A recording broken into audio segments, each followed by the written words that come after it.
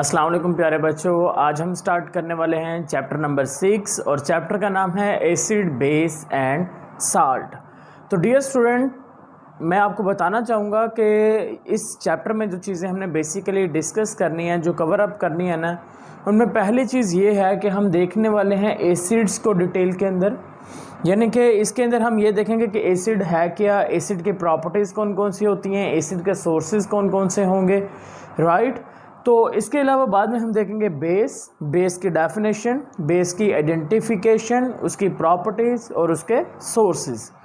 फिर आ जाएगा dear student आपके पास साल्ट, और फिर हमने साल्ट की भी सेम टू सेम प्रॉपर्टीज़, उसके सोर्सेज और उसके करैक्टरिस्टिक्स फीचर्स भी देखेंगे, ठीक है। तो बेसिकली हमारा जो फोकस है वो इन तीन चीज़ों के ऊपर रहने वाला है। तो मैं ज़रा पीछे वाले चैप्टर से लिंक करता हूँ इसको और आपको बताता हूँ। डियर स्टूडेंट, लास्ट जो चैप्टर था वहाँ पर आप लोग पढ़ के आए हैं, सिंपल जो चीज़ें पढ़ी हैं वो हैं आपने एलिमेंट, और आपको करवाया था मैंने कंपाउंड के बारे में बताया था।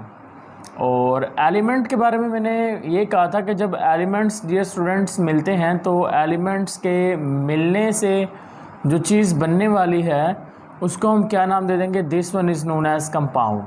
अब यहाँ पर एक प्रॉब्लम थी डियर स्टूडेंट, प्रॉब्लम ये थी कि अगर कंपाउंड की हम बात करते हैं तो कई लाख किस्म के, कई मिलियंस के, several lakh compounds are present.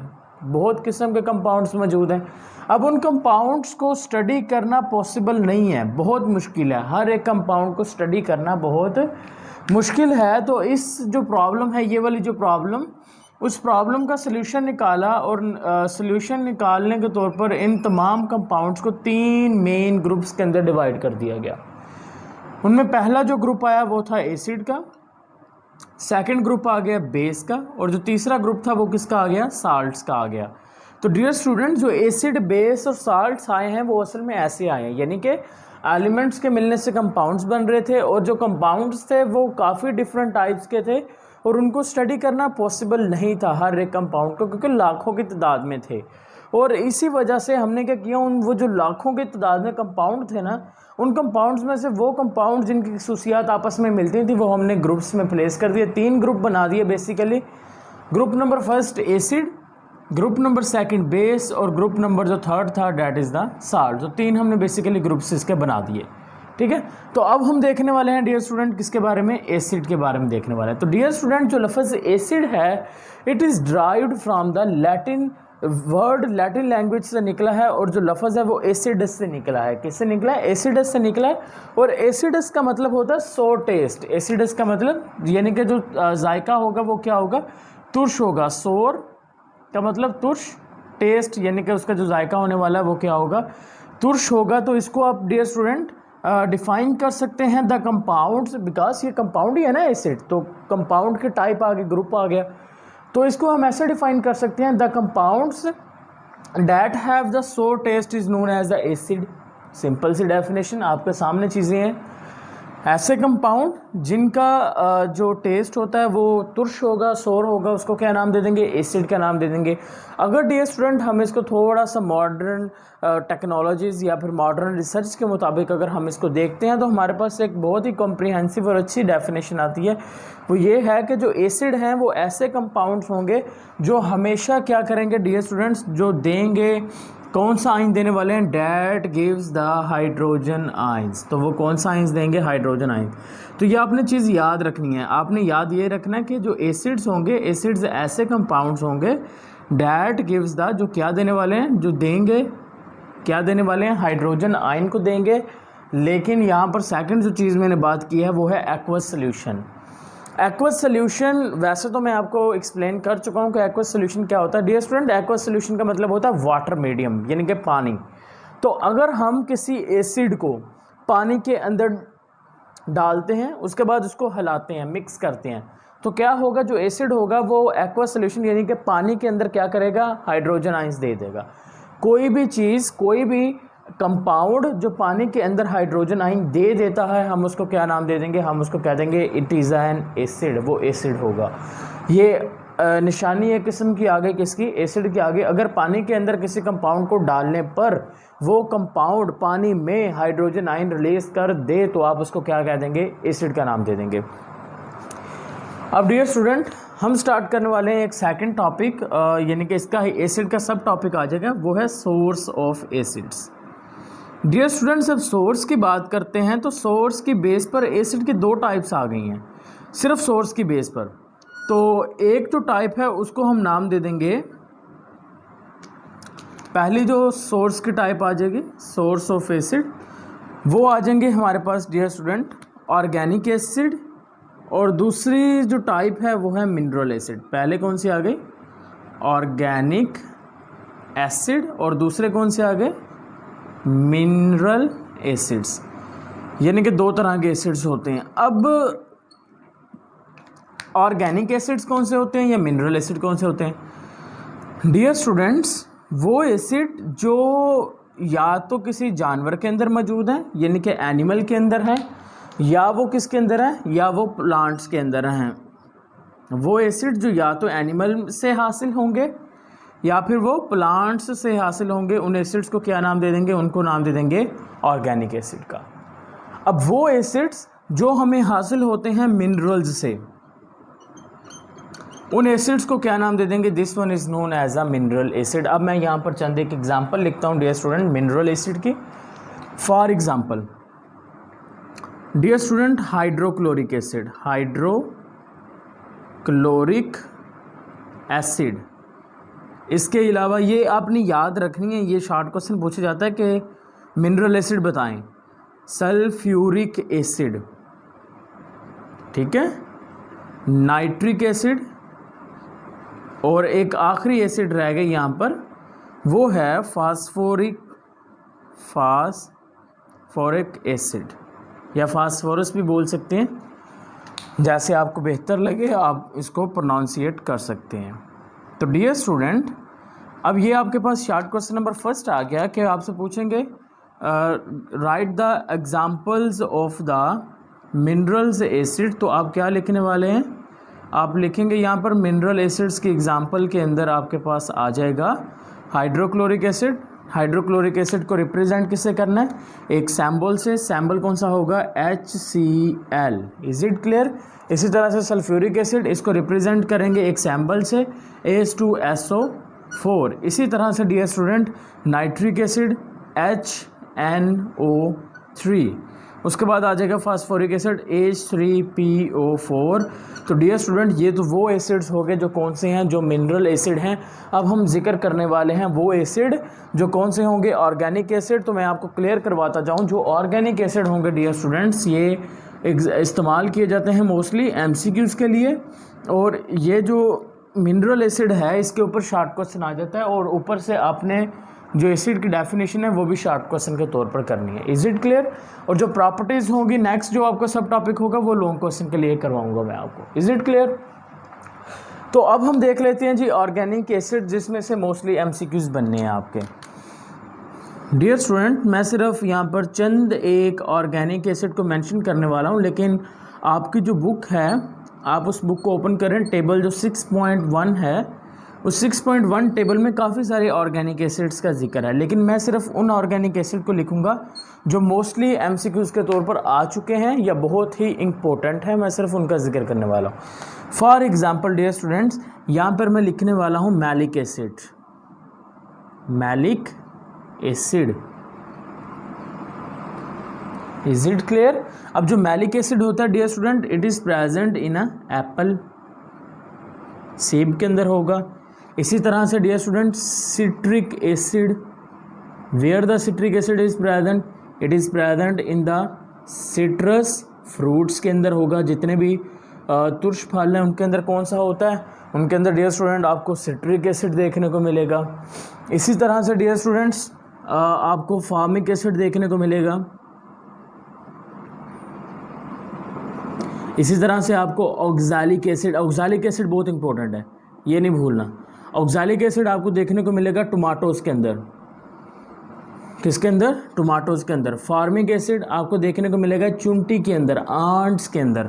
तो यहाँ पर डियर स्टूडेंट्स मैंने सिर्फ 4 एग्जांपल्स मेंशन किए हैं, ये बहुत ही इंपॉर्टेंट है, मोस्टली MCQs में आ चुकी हैं और बाकी जो एग्जांपल्स हैं वो आपने टेबल से एक बार जाके क्लियर आउट कर लेनी है, ठीक है। उसके अंदर आपके पास स्टिक एसिड आ जाएगा, जो विंगर वगैरह से एक्सेट्रा काफ़ी कुछ आ जाएगा। अब हम स्टार्ट करने वाले हैं एक लॉन्ग क्वेश्चन, और लॉन्ग क्वेश्चन है आपका प्रॉपर्टीज़ ऑफ एसिड्स, एसिड की खसूसियात। तो डियर स्टूडेंट, एसिड की पहली खसूसियत ये होती है कि जो एसिड का टेस्ट होता है वो क्या होता है, तुर्श होता है, सोर होगा। एसिड का टेस्ट क्या होगा, सोर होगा। सेकंड चीज़, अब डियर स्टूडेंट यहाँ पर बात किया मैंने लिटमस सोल्यूशन की और मिथाइल ऑरेंज की। फॉर एग्जांपल मैं आपको एग्जांपल से समझाता हूँ।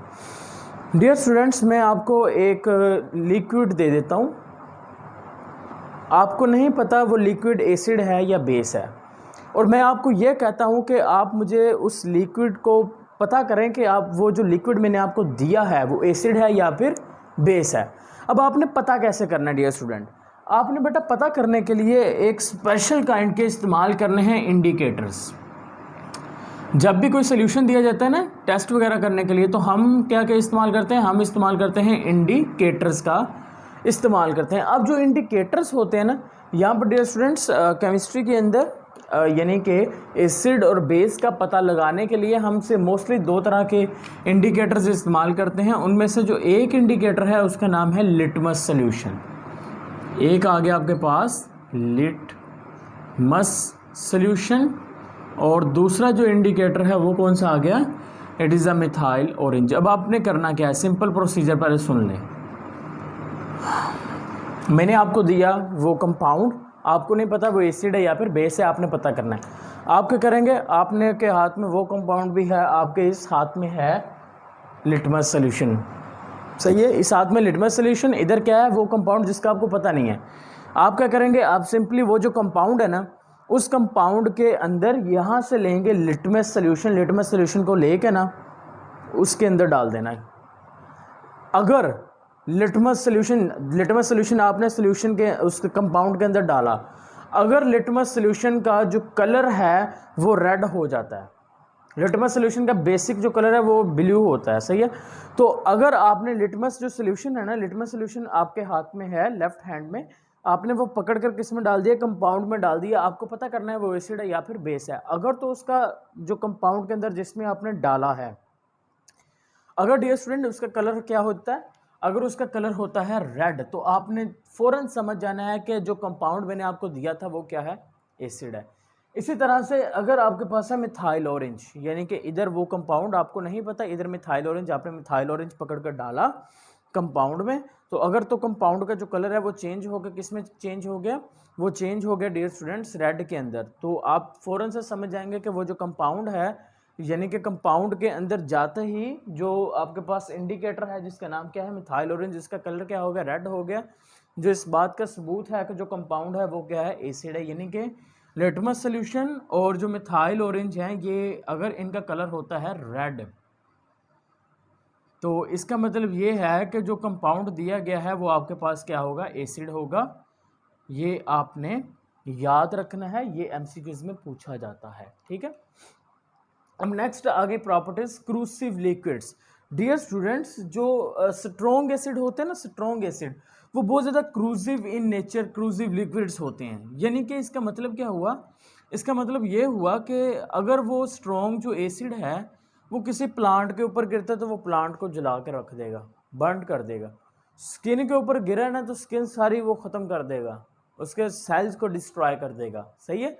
स्ट्रॉन्ग एसिड की बात हो रही है। तो पहला मैंने क्या कहा, एसिड का जो टेस्ट होगा वो सोर होगा। सेकंड प्रॉपर्टी ये आ गई कि अगर लिटमस सोल्यूशन या मिथाइल ऑरेंज है वो हम एसिड में डालते हैं तो उसका जो कलर अगर रेड हो जाता है, ब्लू से क्या हो जाए, रेड हो जाए, तो आपने समझ जाना है कि वो जो कंपाउंड है वो है एसिड। फिर हमें ये पता चला कि जो स्ट्रॉन्ग एसिड्स होते हैं वो प्लांट्स और एनिमल्स दोनों को डिस्ट्रॉय कर सकते हैं, because these are the corrosive liquids. Next आ गया गुड इंडिकेटर्स। अब गुड इंडिकेटर्स का मतलब क्या, डियर स्टूडेंट्स, अगर मैं किसी एसिड को लेता हूँ, एसिड को लेके पानी में मिक्स कर देता हूँ, एसिड को मैंने लिया, एसिड को लेके क्या किया, पानी में मिक्स किया। पीछे मैंने बताया था अगर हम एसिड को पानी में मिक्स करते हैं तो वो कौन सा आयन देगा, वो देगा हाइड्रोजन आयन। तो अब यहाँ पर भी कौन सी बात हो रही है, मैंने कहा एसिड लिया, एसिड को लेकर जब हम पानी में मिक्स कर देते हैं ना, तो उसके बाद अगर मैं वहाँ से इलेक्ट्रिसिटी पास करवाता हूँ तो वो इलेक्ट्रिसिटी को पास करवाएगा और बहुत ही अच्छी तरह से करवा देगा। क्यों, because these are the good conductor, वो क्या होगा, बहुत ही अच्छा कंडक्टर होगा, ये आपने याद रखा है। अब ये तीन जो है ना लास्ट वाली चीज़ें, इसको समझने में प्रॉब्लम रहती हैं। ऊपर वाले जो 5 पॉइंट हैं बहुत ही सिंपल हैं, ये मोस्टली स्टूडेंट इजीली आपको अभी याद हो चुके होंगे। यानी कि पहला पॉइंट क्या था, पहला पॉइंट था उसका जो टेस्ट होगा वो सोर होगा। दूसरा पॉइंट आ गया लिटमस सोल्यूशन या फिर मिथाइल ऑरेंज का कलर क्या हो जाएगा, रेड हो जाएगा। तीसरा आ गया आपके पास स्ट्रॉन्ग एसिड यानी कि क्रूजिव लिक्विड होंगे। और चौथा आपके पास आ गया वो, अगर आप उसको पानी में डाल देते हो एसिड को, उसके बाद उसको हिलाते हो, हिलाने के बाद अगर आप करंट पास करने की कोशिश करते हो तो बहुत अच्छी तरह से पास होगा, because it is a good conductor. अब मेन जो चीज़ आपने समझने वाली है वो है react with acid, sorry metals. अगर हम एसिड को रिएक्ट करवाते हैं मेटल्स के साथ तो देन देखें क्या होने वाला है डियर स्टूडेंट। अब यहाँ पर क्या होगा, अब मेटल्स होती क्या हैं, मेटल्स ऐसे एलिमेंट हैं, मेटल्स क्या हैं, ऐसे एलिमेंट्स जो इलेक्ट्रॉन इजीली लूज कर देते हैं, उसको क्या नाम दे देंगे, these are known as a metal. यहाँ पर दो मेटल्स हैं, मैग्नीशियम एंड जिंक। अगर हम मैग्नीशियम को एक एसिड के साथ में रिएक्ट करवा देता हूँ, एसिड का नाम है H2SO4, राइट। पीछे अभी मैंने बताया था H2SO4 is a mineral acid. तो अगर मैं मैग्नीशियम जो कि क्या है, एक मेटल है, उस मेटल को रिएक्ट करवाता हूँ सल्फ्यूरिक एसिड के साथ, तो क्या बन जाएगा डियर स्टूडेंट्स, उसके नतीजे में बन जाएगा आपके पास मैग्नीशियम सल्फेट बन जाएगा, MgSO4 बन जाएगा, MgSO4 बन जाएगा। और साथ में देखें, अब Mg तो इधर से आ गया, SO4 इधर से निकल कर इधर आ गया, पीछे क्या बचा, पीछे बच गया H2 यानी कि हाइड्रोजन गैस।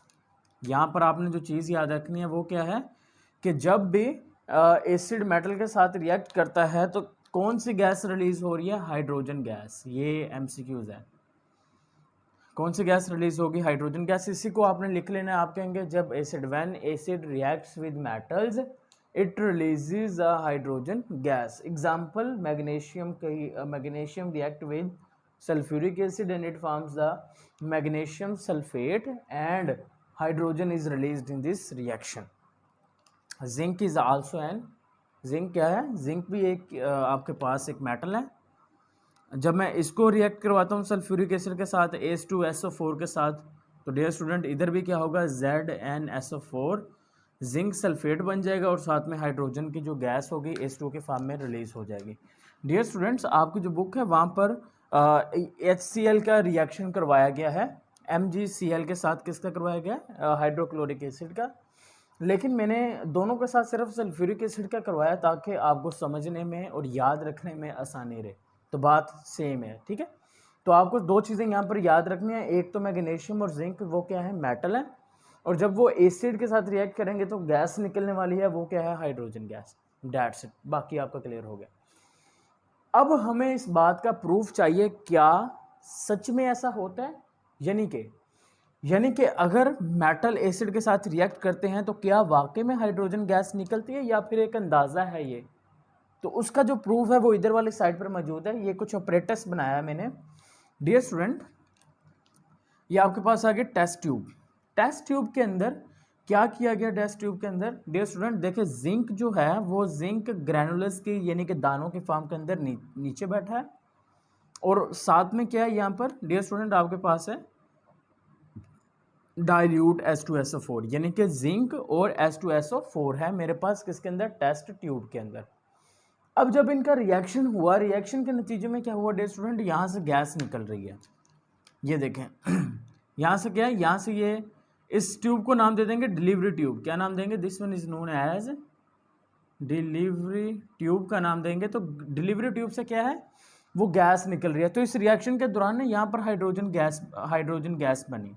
अब ये जो हाइड्रोजन गैस है ये यहाँ से डिलीवरी ट्यूब से होती यहाँ पर आ गई, और यहाँ से डियर स्टूडेंट जब ये रिलीज होगी बबल फील्ड, देखें ये वाटर के अंदर थी। मैंने टेस्ट डिलीवरी ट्यूब का जो दूसरा कॉर्नर है, एक कॉर्नर तो टेस्ट ट्यूब के अंदर चला गया, जो दूसरा कॉर्नर है वो मैंने क्या किया, वो मैंने वाटर के अंदर उसको डिप किया हुआ है। जब वाटर के अंदर डिप किया तो जो हाइड्रोजन गैस होगी जब वो निकलेगी तो वो बबल्स की फॉर्म में निकलेगी, और जो बबल होंगे वो किससे फिल होंगे, हाइड्रोजन की गैस से। और ऊपर मैं मोमबत्ती लेके खड़ा हूँ तो क्या होगा, जैसे वो बबल्स निकल रहे हैं यहाँ से, वाटर से बाहर निकलेंगे तो वो क्या हो जाएंगे, वो बर्न हो जाएंगे, बर्निंग ऑफ हाइड्रोजन। ये हाइड्रोजन क्या हो रही है, बर्न हो रही है।